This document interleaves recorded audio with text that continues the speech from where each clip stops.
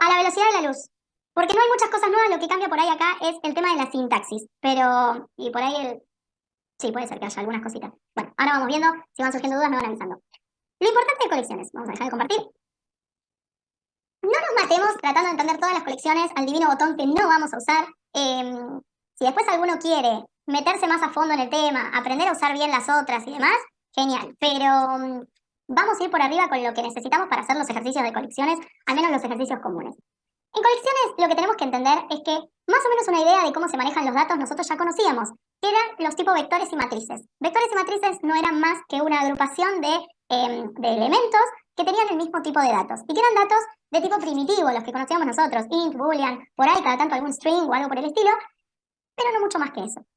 Lo que tiene colecciones es que van a ser tipos de agrupamiento también, que van a tener diferentes características, pero que la gran diferencia con el resto de las cosas es que nosotros acá podemos agrupar objetos de estos que nosotros estamos construyendo, este tipo de clases. Las colecciones funcionan con las clases. Entonces, si nosotros en un primer momento conocíamos lo que era un vector, por ejemplo, de números, yo ahora podría hacer, entre comillas para que se entienda, un vector, pero por ejemplo de cafeteras. Y tener muchas cafeteras. Un vector de tipos de objetos de un determinado tipo de clase. No se va a llamar de la misma manera, va a tener otro nombre, no se van a cargar los objetos de la misma manera, o sea, tienen algunas diferencias en cuanto al manejo de los datos, pero para que se entiendan las colecciones no son más que eso, son agrupamientos de objetos que responden a una determinada clase.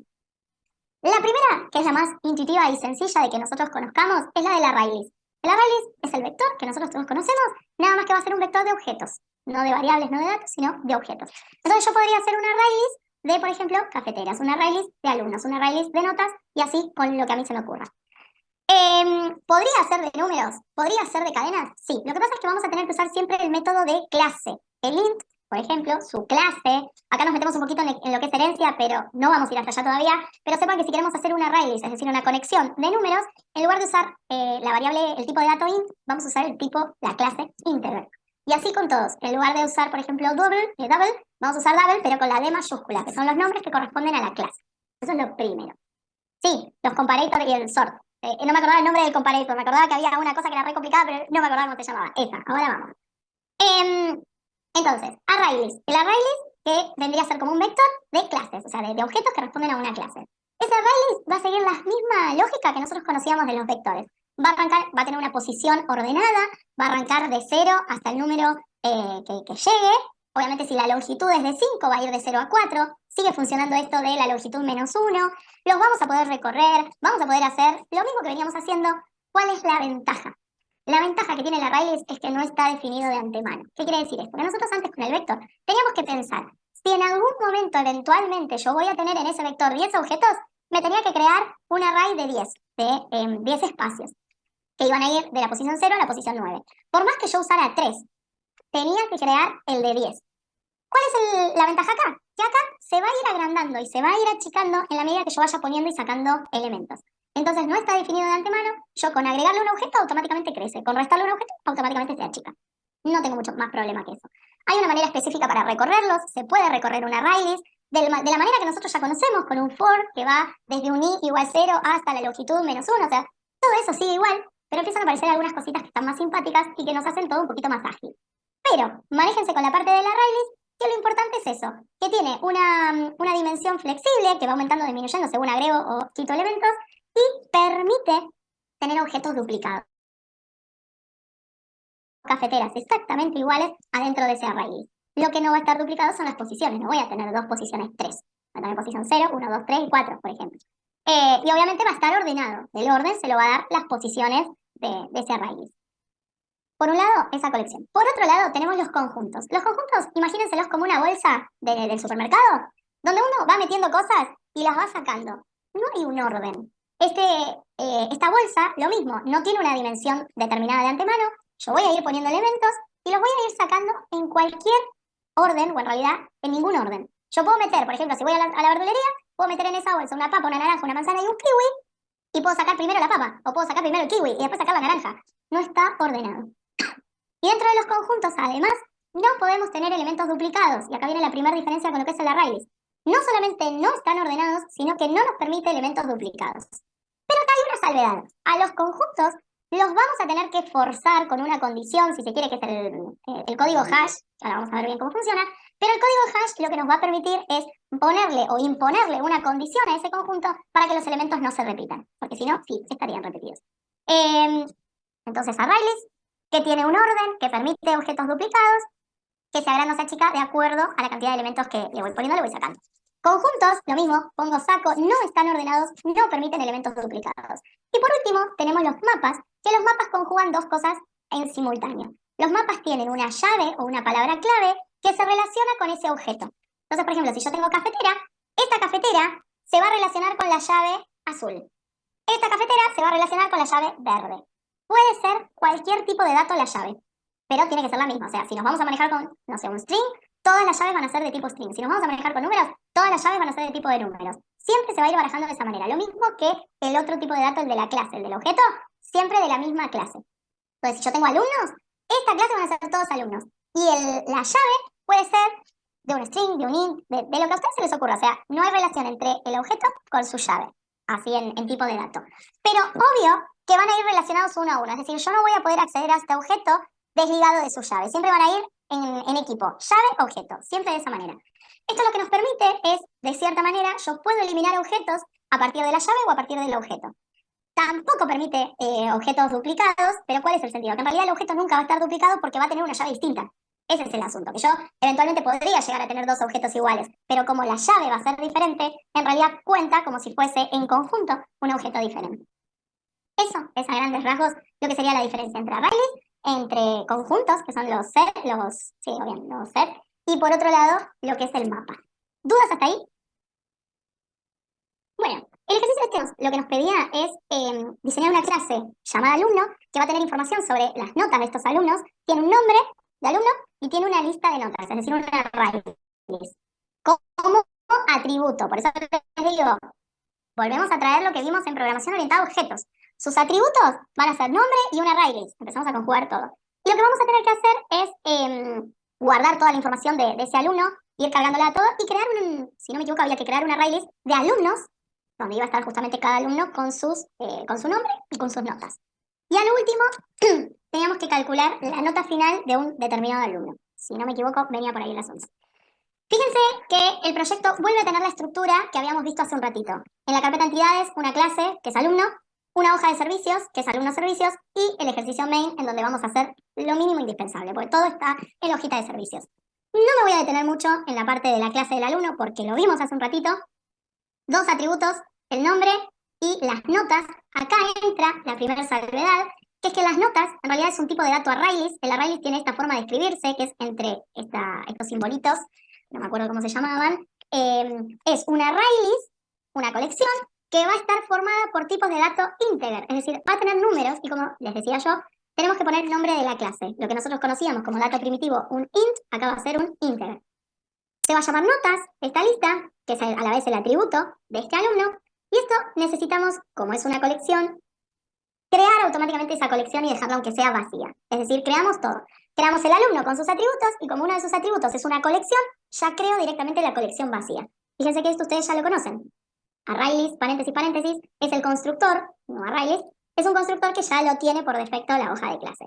Como este ArrayList Java no lo conoce, es un tipo de dato que Java no conoce, me lo tengo que traer al igual que lo hicimos antes, de esta lista. Esta hojita que le voy a decir a Java, la tenés en tu carpeta Java, en la carpeta útil, hay una hoja que se llama ArrayList, traela porque vamos a usar todos los métodos que están definidos ahí adentro.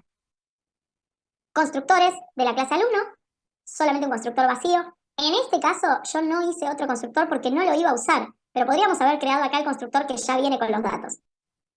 En este caso no lo puse. Igualmente me parece que sí, en un momento se lo voy a agregar, porque en una parte del ejercicio hay una forma de resolverlo que se podría usar tranquilamente. ¿Por qué me parece solo nombre y no el otro? Si no está. A los get, los set. ¿Y por qué no es el constructor con todo? Bueno, acá debería de darme la opción de hacer un constructor también con el ArrayList. No quiero solamente el nombre. Bueno, se ve que como es un ArrayList, una colección no me deja, pero no debería. Tenemos constructor entonces vacío. El otro no lo tengo. Tendría que aparecer acá, tendría que dejarme poner. A ver si lo hago a mano. Que me llegue que me llegue por parámetro el nombre y un array list que van a ser las notas. Y acá yo le podría decir que en this nombre me guarde el nombre y que en this notas me guarde notas. Yo no sé por qué no me dejaba crearlo eso. Bueno, nada que no conozcamos, chicos. El constructor sin parámetros, el constructor con todos los parámetros que corresponden a los argumentos, los get y los get nombre, get notas, set notas. La única diferencia es que el tipo de dato es todo este choclazo. Array list, entre paréntesis, qué tipo de objetos tiene esta colección. Y acá podríamos poner también el toString si fuera necesario. Nada que no hayamos visto. La hojita de servicios. Y acá por ahí viene una vueltita de tuerca. Fíjense que aparece crear lista de alumnos. Esto que decíamos antes, crear la cafetera. Bueno, acá el ejercicio me pide crear una lista donde van a estar todos los alumnos. Alumnos que a su vez van a tener como características o como atributos un nombre y una lista de notas. Traten de visualizarlo en la cabeza.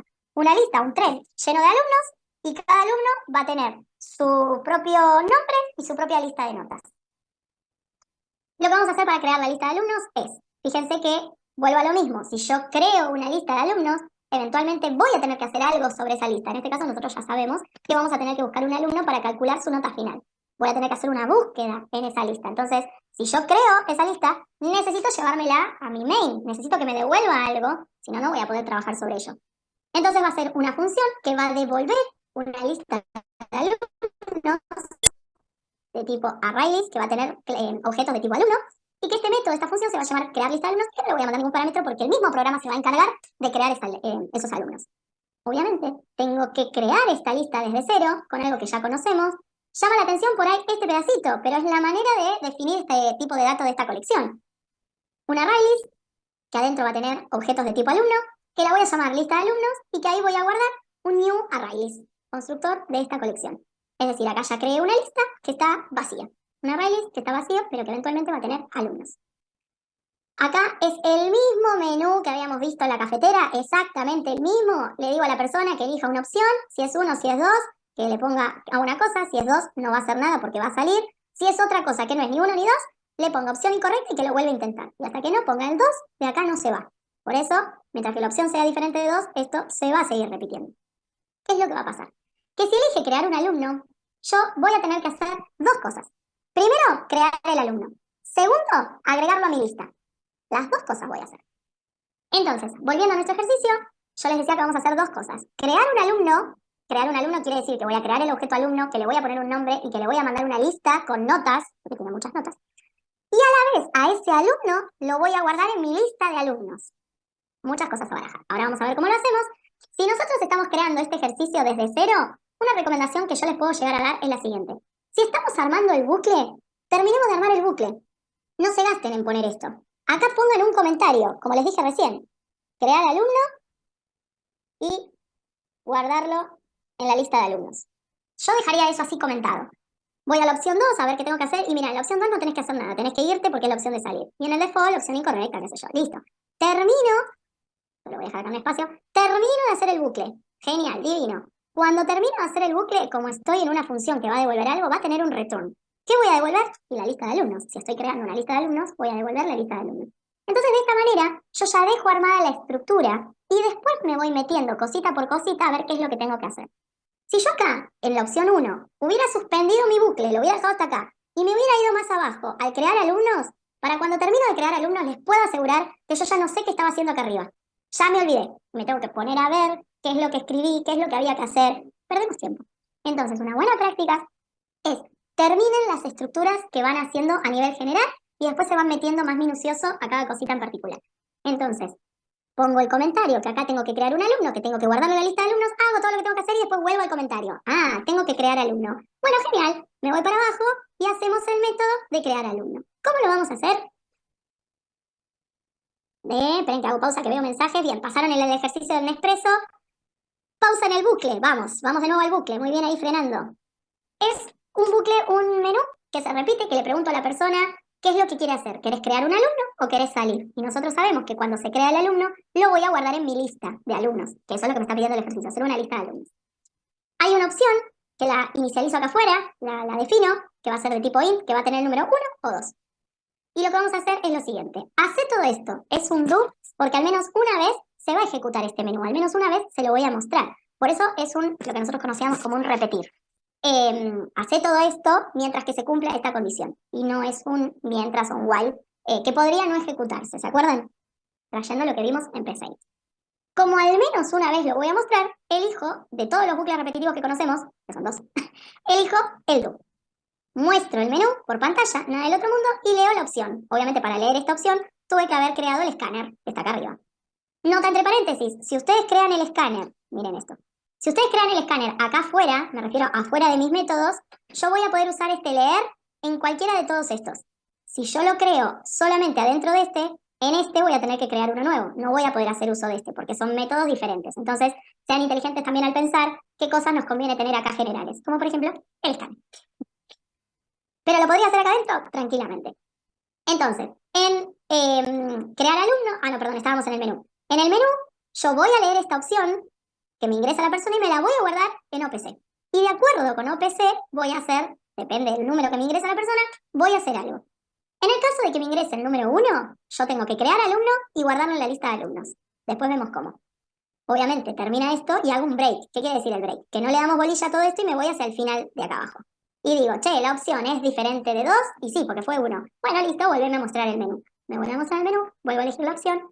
Elige el 2, buenísimo. No tengo que hacer nada, directamente me voy del menú. Acá me han dicho una vuelta, que le ponga más onda y le pongamos un mensajito de adiós. Gracias por haber utilizado nuestros servicios, por ejemplo. Lo que ustedes quieran, podremos no ponerle nada tranquilamente. Es lo mismo. Y acá lo que tiene de bueno este switch es la opción de default. La opción de default quiere decir, si no es 1 y no es 2 y es cualquier otra cosa, cualquier otro número, ¿qué hacemos? Podés ponerlo o podés no ponerlo. En el caso de que no lo pongas, igualmente se va a seguir repitiendo el menú porque mi condición de salida es que la opción sea diferente de 2. Es decir, si la persona puso un 3, se le va a volver a mostrar el menú. La diferencia es que yo lo pongo acá para ponerle un mensajito más simpático que le diga, escúchame, te confundiste, elegí de nuevo la opción, y esto es nada más para poner un espacio entre este mensaje y este mensaje del menú. Nada del otro mundo, nada que no conozcamos.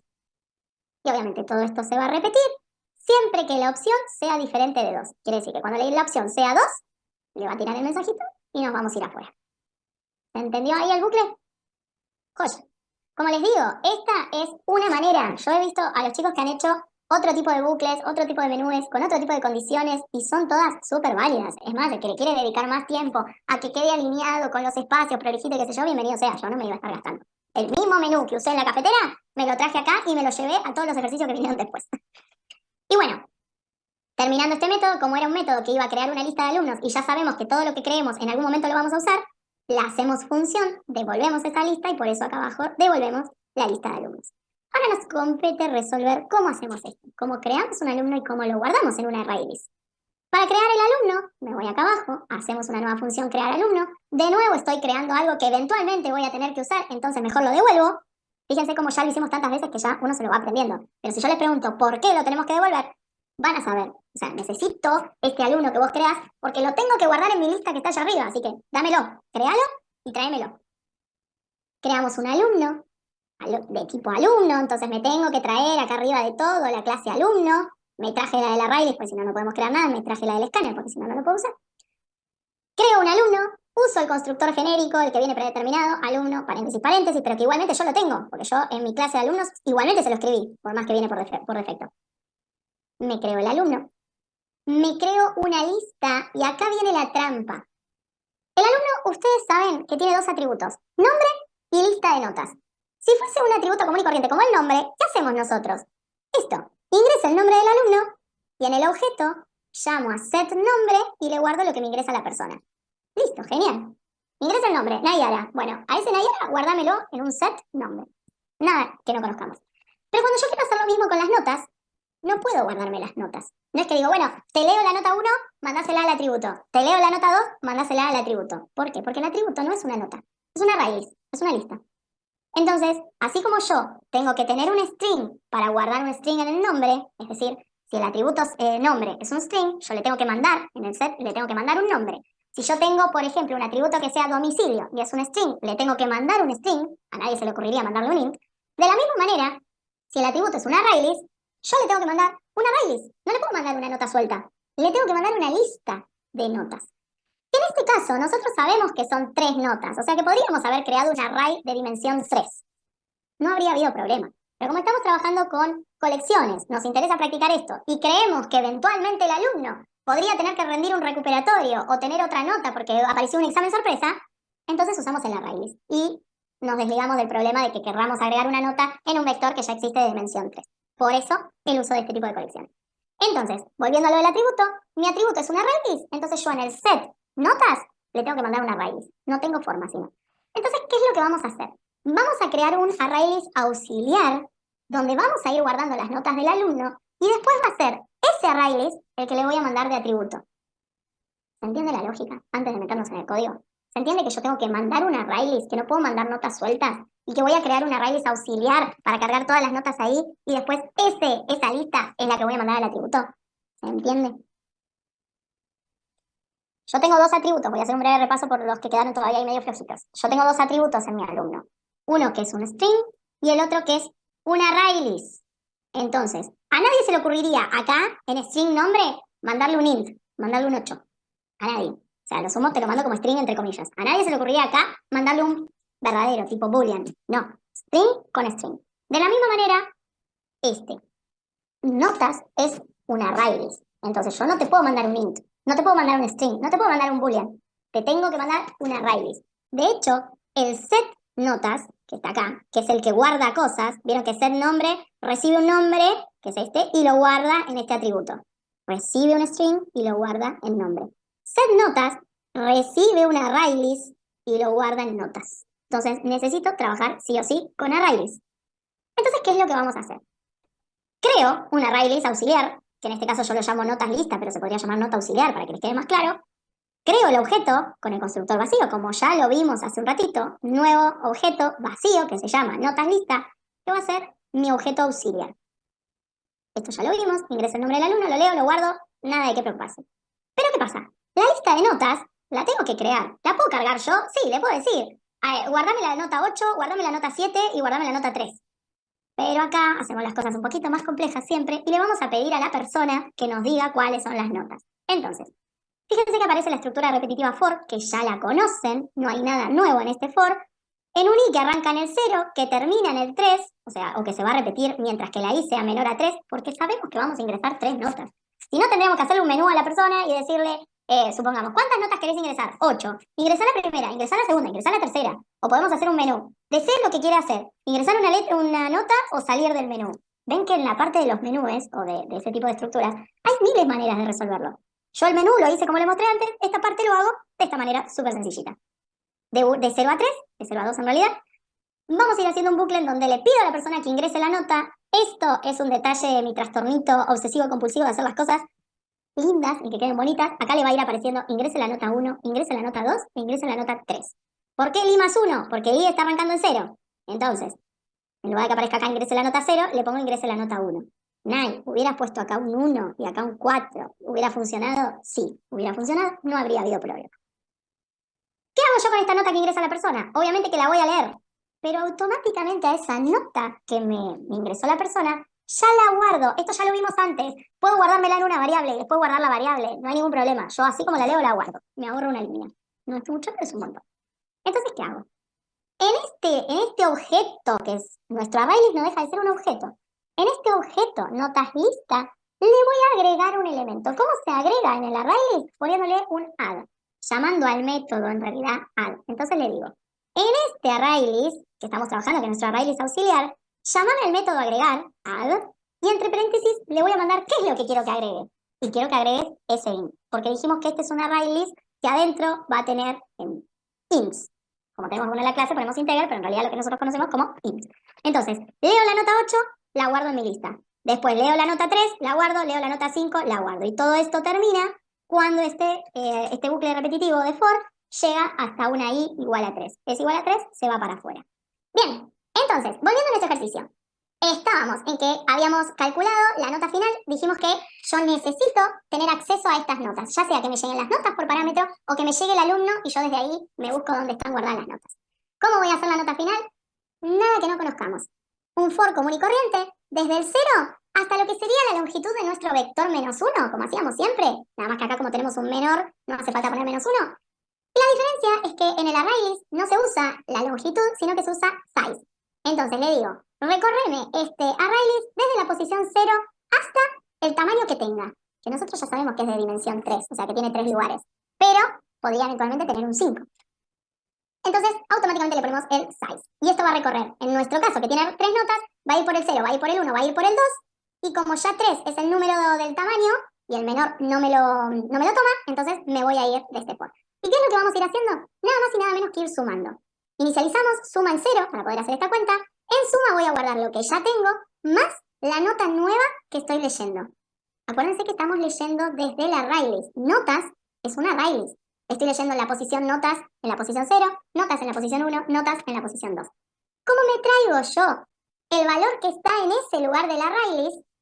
Con un get. Antes, nosotros en un vector común y corriente hubiéramos puesto en nuestro vector notas, nos hubiéramos traído lo que estaba en la posición 0. O ponerle acá, nosotros hacíamos así y guardábamos el 5. O nos traíamos el objeto que estaba en esa posición. ¿Se acuerdan que también hemos hecho muchas veces esto de ponerlo así con un i? Bueno, acá ya eso no va más. Acá lo que hacemos es usar el get, que ya lo conocen. El get es traerme algo que está en algún lugar. En este caso, de notas, tráeme lo que está en la posición i. Al principio en la posición 0. Entonces, de notas, tráeme la nota que está en la posición 0. No sé, un 8. Entonces acá tengo un 8. Si acá tenía un 0, 0 más 8, ahora esto vale 8. Y esto se va a seguir repitiendo hasta que termine el for. Termina el for, y como estamos en una función que va a devolver un promedio, yo necesito devolver ese promedio. ¿Cómo calculo el promedio? Devuelvo suma dividido 3. Si yo pongo dividido 3, ¿funciona? Sí, funciona porque yo ya sé que acá usamos 3 notas. Pero si el día de mañana, como les decía hoy, voy a agregar un recuperatorio, el alumno por ahí va a tener 4 notas, no va a tener 3. Y si encima les tomé un examen sorpresa, va a tener 5 notas, no va a tener 3. Entonces, si yo hago esas modificaciones, voy a tener que venir a este método y cambiarlo e ir poniendo acá, no, che, ¿sabes qué? No es más 3, ahora es 4. No, ya no es más 4, es 5. Para no tener que estar haciendo eso, directamente nos manejamos con el tamaño. Entonces, suma dividido el tamaño que tiene ese ArrayList, que va a ser la cantidad de notas que hay, obviamente. De esta manera me va a devolver el promedio. ¿Dudas con esto? No es muy difícil, pero incorpora esto del size y del get, que son métodos específicos de la raíz. Última cosita de esto, y con esto les tiro una idea después para lo que son el resto de las colecciones, pero no nos vamos a seguir deteniendo mucho más acá. La última parte es esta de buscar el alumno. Lo que nos pide el ejercicio es buscar un X alumno en nuestro ArrayList y de ese alumno calcular la nota final. ¿Cómo voy a buscar yo en esta lista? Yo podría hacer un for que vaya de principio a fin, como los que vinimos haciendo en estos dos métodos que trabajamos antes. Lo podría hacer tranquilamente. Voy a recorrer todo el ArrayList y una vez que encuentro ese objeto me lo guardo, así cuando termine el for voy a trabajar sobre ese objeto. El ArrayList lo que nos permite es hacer un nuevo tipo de búsqueda que se llama for each. El for each lo que tiene es esta estructura así de sencillita. Es un for común y corriente, nada más que entre paréntesis voy a poner primero el tipo de objeto que hay adentro de ese ArrayList. En nuestro caso estamos barajando alumnos. Entonces, de tipo de dato alumno, un nombre de variable, un nombre de objeto, el que ustedes quieran. Puedo poner alumno, puedo poner alumni, puedo poner al, puedo poner alumno, el que ustedes quieran. Pero el asunto es este. De este tipo de dato, este objeto auxiliar o este nombre de objeto, esta variable que voy a utilizar, y voy a actuar sobre esta lista. Por eso se le pone 2 puntos, este ArrayList, no cualquiera. ¿Quién es este ArrayList? La lista que me está llegando por parámetro. ¿Por qué? Porque para buscar el alumno, yo le mando la lista de alumnos que creamos arriba. ¿Se acuerdan cuando creamos la lista de alumnos? Bueno, sobre esta lista de alumnos necesito encontrar a este alumno que tiene este nombre. Entonces, me llega la lista, me llega el nombre. Y lo que voy a decir es, voy a hacer un for each, una variable que se va a llamar A, que es de tipo alumno, y voy a actuar sobre esta lista que me está llegando por parámetro. ¿Qué es lo que voy a hacer? El programa solo va a ir recorriendo todos los elementos. Yo acá no tengo que poner ninguna condición, no tengo que ponerle al i que vaya desde 0 hasta el tamaño máximo, no tengo que hacer absolutamente nada. Solo automáticamente va a ir recorriendo todos los elementos de la lista y va a terminar cuando ya no haya más elementos. Lo va a ir haciendo solito. ¿Qué es lo que a mí me interesa? A mí me interesa que si en ese objeto encuentra el nombre que yo le estoy dando, que me calcule el promedio. Entonces, ¿qué es lo que voy a hacer? En este objeto, decime cuál es el nombre, tráeme el nombre, get nombre. Entonces, estamos en el primer objeto, en la posición 0. Decime cómo se llama el alumno, tráeme el nombre del alumno que está en la posición 0. Juan. Juan, ¿es igual a Pepe? Que es el que les mandé yo. ¿Cómo hacemos este es igual cuando estamos hablando de strings? Nada más y nada menos que poniendo un equals y adentro del paréntesis el nombre. Parece muy difícil de pensarlo a simple vista, pero como les dije, vayan haciéndolo paso a paso. De este objeto que está en la posición en la que estés, a mí no me interesa si estás en la 0, en la 1, en la 8. Es lo que en un for común y corriente nosotros acá pondríamos en el objeto que está en la posición I. Acá automáticamente me trae el objeto. De este objeto, tráeme el nombre. Y ese nombre, fíjate si es igual a este. Si no es igual, seguí buscando. Si llegase a ser igual, entonces, guardame en promedio, que yo ya le puse double, guardame en promedio, y acá viene por ahí esto un poquito también más engorroso, que es este promedio que lo calcula, no lo voy a calcular yo, lo va a calcular el método que ya armé para eso. Lo va a calcular nota final, y nota final necesita directamente una raíz. Si yo acá hubiera puesto un alumno, como les conté antes, acá directamente le hubiera mandado A. Le mando al alumno y que nota final se encargue de traerse las notas que están en el atributo. Como yo lo armé de manera tal que le mando directamente las notas, entonces le digo, si encontraste ese nombre, si es el alumno que yo buscaba, en promedio me vas a guardar lo que me devuelve nota final, y yo a nota final, que le tengo que mandar las notas de ese alumno, le voy a decir, de este alumno, tráeme las notas. Y esas notas son las que se van a mandar en este paréntesis como argumento para que nota final pueda trabajar. Nota final hace lo que necesita, me devuelve un promedio, y ese es el promedio que yo devuelvo. ¿Se entendió? ¿Se podría colocar un equals ignore case? Sí. Esas son variantes que ustedes ya conocen. Todo esto se puede tocar, mejorar, cambiar y hacer de otra manera y cada uno elija su propia aventura. Prueben, jueguen, prueben qué pasaría si pongo así, qué pasaría si pongo así. Todo suma. Bueno, nuestro ejercicio, o sea, nuestra hojita de servicios, de métodos, ya resuelve todo. ¿Qué nos va a quedar hacer en el main? En el main vamos a hacer poco y nada. Fíjense que el main lo que tiene es esto que hablábamos del servicios. Como voy a usar, o sea, todos mis métodos están en mi hoja de servicios, necesito crear el objeto de servicios. ¿Cómo? Como ya conocen. Alumno servicios, alumno ser, creo un nuevo alumno servicios. Después resulta que, vuelvo a lo mismo, no lo piensan de antemano, lo van haciendo en la medida que lo van necesitando. Resulta que yo necesito crear primero una lista de alumnos, entonces lo que hago es creo el objeto lista de alumnos vacío, después en ese objeto lista de alumnos le voy a guardar lo que me devuelve este método, crear lista de alumnos. ¿Se acuerdan que dijimos si creo una lista devuelvo esa lista porque la voy a usar después? Entonces me guardo en lista de alumnos lo que me devuelve este método, que para llamar este método tuve que usar el objeto alumnos servicios, y se pone objeto.método, eso siempre sigue estando exactamente igual. Listo, tengo crear una lista de alumnos vacío y acá ya le agregué, porque acuérdense que crear lista de alumnos, crear lista de alumnos, no solamente crea el alumno, sino que lo agrega. Entonces ahora esto me devolvió acá una lista que tiene 5 alumnos. Entonces mi lista de alumnos tiene 5 alumnos. ¿Y yo qué le voy a preguntar a la persona? ¿Cómo se llama el alumno que vos querés calcularle el promedio? Y la persona me va a decir, Pepito. Me voy a guardar Pepito el nombre. Y acá me voy a guardar un promedio, porque aparte tiene una trampa este ejercicio, que ahora se las voy a contar. Pero la cosa es que en promedio yo me voy a guardar lo que me devuelve el método buscar alumno, que le voy a tener que mandar el alumno y el nombre. Buscar alumno no solamente encuentra al alumno, sino que le calcula el promedio. ¿Se acuerdan? Buscar alumno, busca al alumno y si lo encuentra, le calcula el promedio con nota final. Entonces, para mí habría que cambiarle el nombre, pero el ejercicio decía así, buscar alumno, busca y calcula. Y me devuelve un promedio. Entonces en el mail, yo a ese promedio me lo guardo acá. Esta trampa de si el promedio es null es porque el ejercicio tiene una condición, que a mí me hinchó bastante las guindas, que es que es el ejercicio main el que manda el mensaje si el alumno no fue encontrado.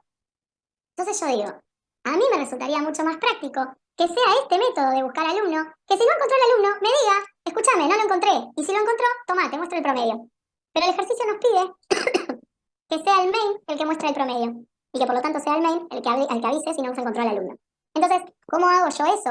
¿De qué manera yo sé si encuentro o no encuentro un alumno? Porque yo tengo que devolver un promedio. Entonces, ¿cómo sé yo si lo encontró o no lo encontró? La manera en que lo pensé es esta, pero ahora les voy a contar que hay otra. Esta por ahí es un poquito más rebuscada. Como estamos trabajando con la clase double, no estoy trabajando con un double común y corriente, la clase double admite un tipo de dato que es null, que vendría a ser tipo vacío. Entonces, ¿cuál es mi lógica? Yo te inicializo promedio en null. Si vos encontraste al alumno, promedio va a tener un valor. Si no lo encontraste, promedio va a seguir siendo null. Entonces, cuando vos devuelvas acá un promedio y me llegue al main, ese promedio puede que tenga un valor, porque encontró al alumno, o puede que sea null, porque no encontró al alumno. Entonces, yo en el main lo único que hago es preguntarle, ¿promedio es igual a null? Quiere decir, ¿llegó vacío este promedio? Entonces no lo encontraste. Entonces le pongo un mensaje. El alumno, nombre, no ha sido encontrado. Ahora, promedio no es null, o sea que tiene un valor. Ah, lo encontraste entonces. Bueno, el promedio de fulano es tanto. Otra manera de pensar esto también es, ustedes saben que los promedios no dan números negativos. sea, nosotros estamos sumando notas que van del 0 al 10 o del 0 al 100 en las notaciones que solemos manejar. Cuando yo calculo un promedio, difícilmente la persona tenga un promedio menos 8, porque son notas positivas. Entonces yo a cada promedio le podría poner que se inicialice en menos 40, en menos 200, en menos 1, en menos 1,3. Y entonces lo que me voy a decir desde el main es decirle, si el promedio es menor a 0, entonces al alumno no lo encontró. ¿Por qué no pongo 0? Porque si yo pusiera 0, y digo, bueno, listo, si el promedio es 0, quiere decir que a la persona no la encontró. Pero ¿y si la persona la encontró y se sacó 3 ceros? El promedio va a ser 0. Y yo le voy a decir, no encontraste al alumno, pero en realidad sí lo encontró.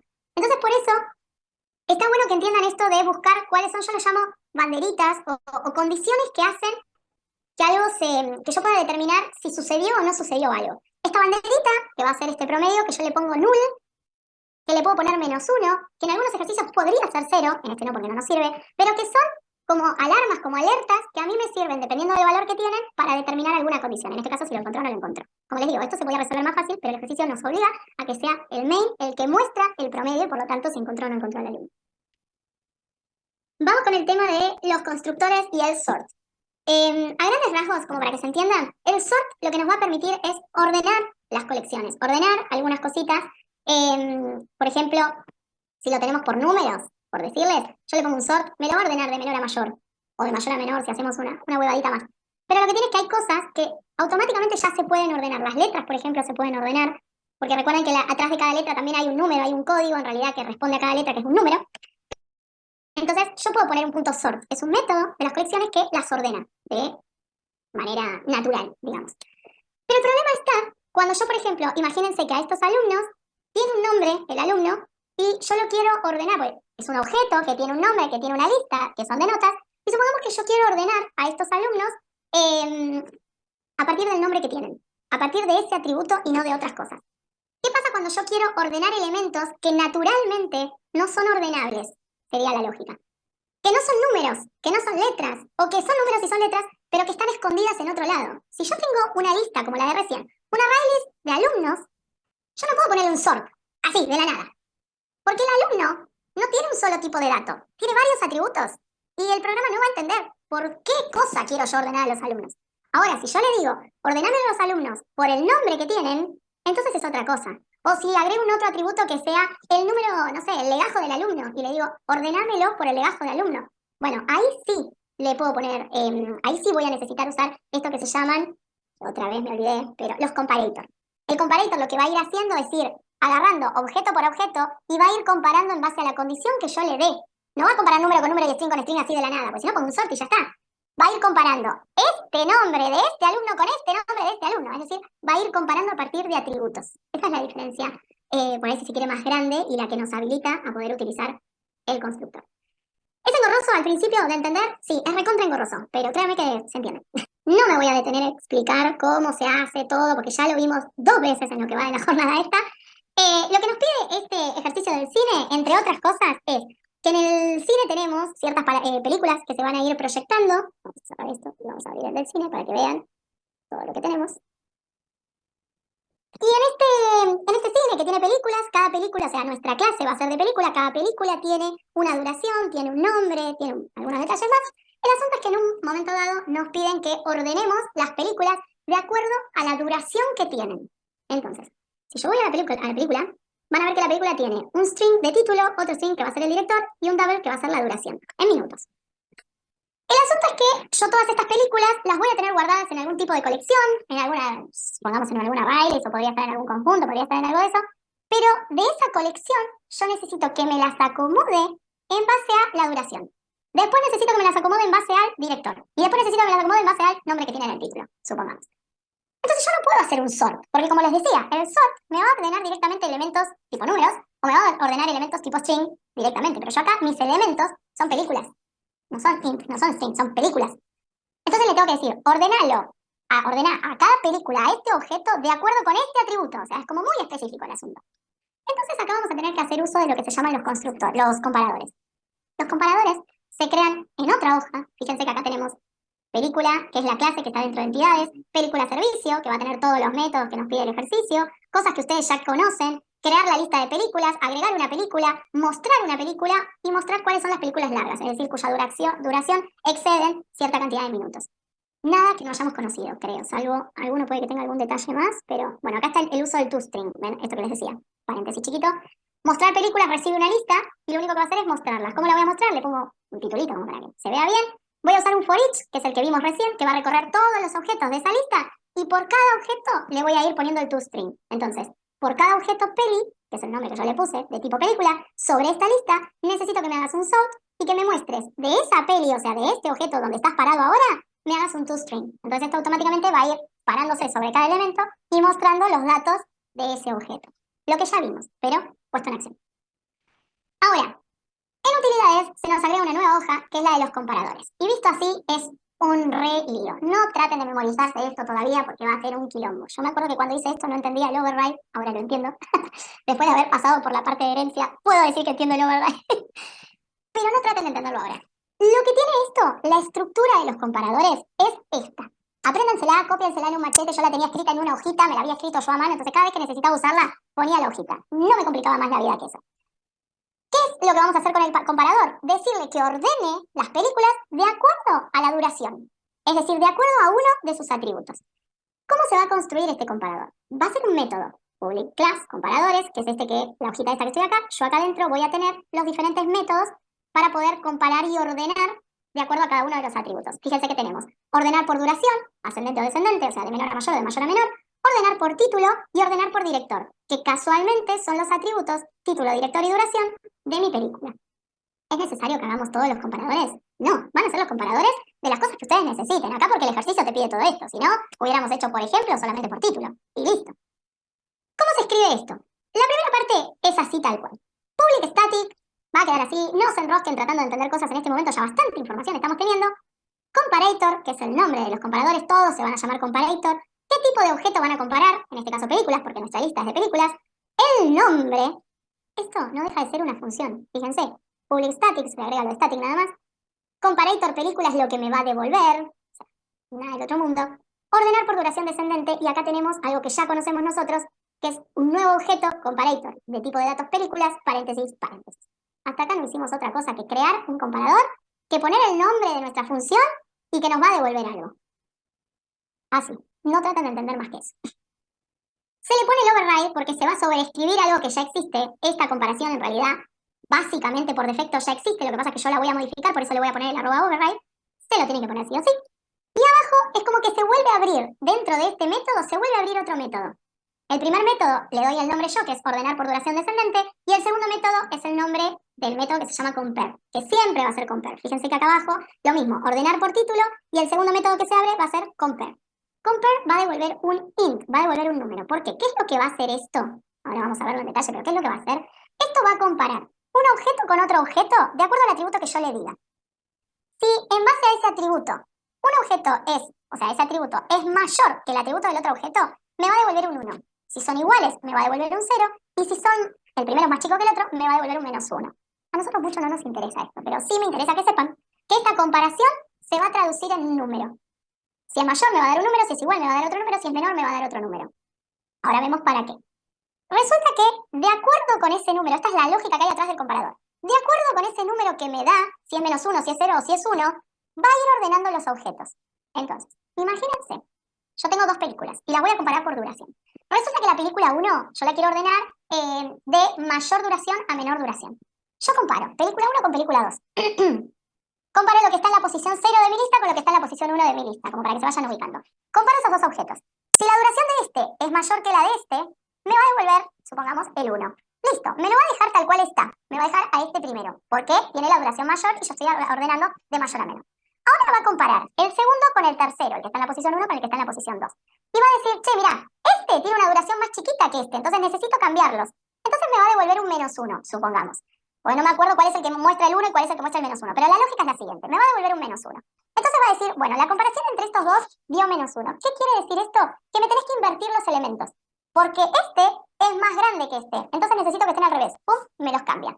Y ahora va a comparar el que sigue con el siguiente. Y va a ir haciendo esos cambios, o los va a ir dejando iguales, de acuerdo con lo que va encontrando. Y acá dejo de compartir un segundo para que me vean. Yo tengo dos películas. Si las dos películas, esta tiene una duración más grande que esta, me la va a dejar en el mismo lugar. Pero si esta es más grande que esta, me las va a invertir. Me las va a cambiar de lugar. va a recorrer todo haciendo esos cambios de acuerdo con lo que necesita y lo va a volver a recorrer a ver si necesita seguir haciendo más cambios. Hasta que llegue un momento donde no se cambie más y quede todo automáticamente ordenado. Esto seguramente lo habrán visto en algunos ejercicios de matemática en la secundaria, donde si nosotros tenemos que ordenar, supongamos tres números, tengo que ordenar, tengo el 8, el 1 y el 3, supongamos, y quiero hacerlo de mayor a menor. Comparo el 8 con el 1. El 8 es más grande, dejo el 8. Ahora comparo el 1 con el 3. ¿Quién es más grande? El 3. Entonces los cambio de lugar. No me darían los dedos, pero sería una cosa así. Entonces me queda 8, 3, 1. Y así sucesivamente con todos los elementos. Puede ser que en algún momento yo tenga, no sé, 5 elementos. Un 8, un 1, un 3, un 5 y un 7. Cuando se hace este cambio, listo, queda el 8 acá, queda el 3 acá, me llevo el 1. Ahora comparo el 1 con este, y este es un 10. Sí, ¿sabes qué? El 10 es más grande, entonces me lo trajo acá y me dejó el 1 acá. Pero me quedó, más o menos en la cabeza, me quedó un 8 acá, un 7 acá, ponele, y un 10 acá. O sea, esto hay que seguir comparando, no lo puedo terminar ahí. Entonces se vuelve a recorrer, se vuelve a comparar, se hace solo. Nosotros no hacemos nada. Pero sí me interesa que sepan esto, que los constructores devuelven un número de acuerdo a esa comparación. Si es mayor, si es menor o si es igual. Y con ese número los va a ir acomodando. Va a recorrer, va a acomodar, va a recorrer, va a acomodar hasta que no acomode más. Este es el funcionamiento del constructor. Volviendo a nuestro ejercicio. Estábamos acá, habíamos creado el método ordenar por duración descendente, creábamos el comparador, sobreescribíamos el método compare, armábamos este método que devuelve un número que va a ser tomado por este método que se va a traducir en algo. ¿Y qué es lo que va a comparar? Va a comparar un objeto de tipo película, que lo voy a llamar P1, y va a comparar otro objeto de tipo película, que lo voy a llamar P2. ¿Y qué es lo que va a hacer? Me va a devolver el resultado de esta comparación, -1, 0, 1. ¿Cómo va a comparar? Fíjense que acá viene lo que a nosotros nos interesa. Necesito que de este objeto te traigas la duración y la compares con esto que yo te mando acá por parámetro. Puede ser un número, sí, yo le podría poner 20 ahí, pero estoy comparando dos objetos, entonces necesito que de este objeto me traigas la duración y lo compares con esta duración. ¿Quién es? La del objeto P1.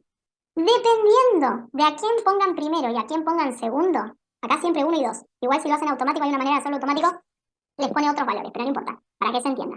Primero y segundo. Si yo acá pongo primero al segundo y acá adentro pongo al primero, me lo va a ordenar de mayor a menor. Si lo pongo al revés, y acá yo pongo primero el primero y acá pongo el segundo, me lo va a ordenar de menor a mayor. No se lo van a acordar, si son como yo, no se lo van a acordar. ¿Cuál es la forma de ver esto? Armarlo directamente en estructura y mostrarlo por pantalla. Y fíjate, si lo ordenó de mayor a menor, es porque así estaba bien y era lo que necesitábamos. Si lo ordenó de menor a mayor, cámbianle los números, cámbianle los objetos. Primero el segundo, después el primero. ¿Se entiende más o menos hasta ahí? Yo sé que es difícil el comparador, pero asusta en realidad la estructura que tiene. Y la lógica la hace todo el programa.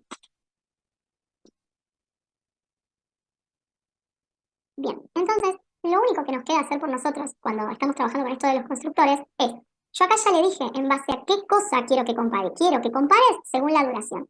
Los otros son exactamente lo mismo. El de título va a ser exactamente igual. Misma estructura, voy a sobreescribir un compare que tengo acá, voy a recibir película 1 y película 2 y voy a devolver el resultado de comparar. De película 1, traete el título y comparalo con este título, que está en la película 2. Es exactamente igual, lo mismo director, nada más que le voy a decir, de esta película tráeme el director y compáralo con el director de esta película. Esa es la lógica de los comparadores. Atención a este detalle. Como yo abrí un método acá y a su vez vuelvo a abrir otro método acá, acá para cerrarlo se cierra con una llave y con un signo de punto y coma. Sí o sí, si no les va a tirar error. Para usar esto, ¿el comparador tiene algún comparador por default? Sí, el compare. Este. Fíjate que, no, en realidad no es este, es este método. Ese es el método por default. Compárame esto con esto y me va a devolver un número. Ahora, si vos lo que estás diciendo es que compare algo por default donde yo no tenga que estar marcándole el atributo, es el sort.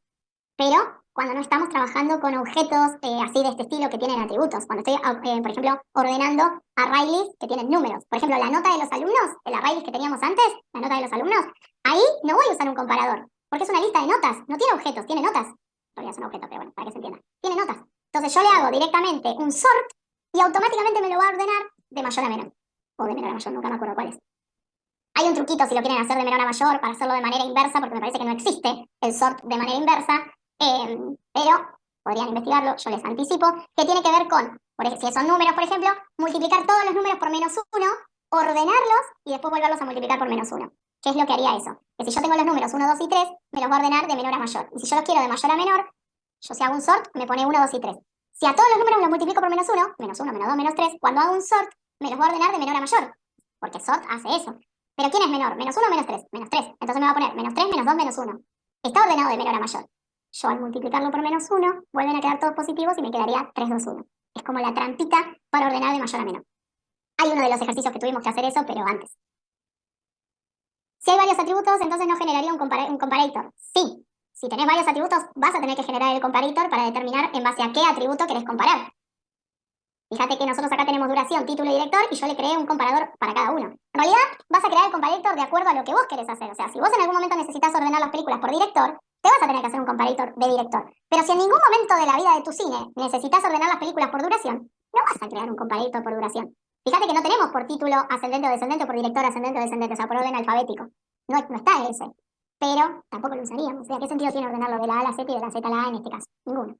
Pero como estamos practicando, nos hacen poner todos estos comparadores, que nosotros no usaríamos. Bien, el último detalle de esto lo tenemos acá. Nuestro ejercicio main, fíjense, primero están todos los imports de todas las cosas que vamos a ir usando, nada del otro mundo, el objeto de servicios, la lista de películas que vamos a ir usando, se crea la lista de películas y me la guardo acá, muestro las películas que superan una duración porque es lo que me pide el ejercicio, y acá viene lo que nosotros necesitamos. ¿Se acuerdan que yo les dije que el sort es el que va a ir ordenando de menor a mayor o de mayor a menor porque nunca me acuerdo? Bien, ¿qué es lo que está pasando? Que yo voy a llamar al sort. Pero es un método que está adentro de un tipo de datos que son las colecciones. Y acá los que ya vienen la herencia me van a poder entender. Cuando yo trabajo con un array list o cualquier otro tipo de colección, en realidad estos array lists son hijos de una clase mayor que son las colecciones. ¿Qué quiere decir esto? Que todo lo que yo use en array list, todos los métodos que yo uso en array list, en realidad son métodos que existen en el padre, en la clase padre, y que se heredan a la clase hija.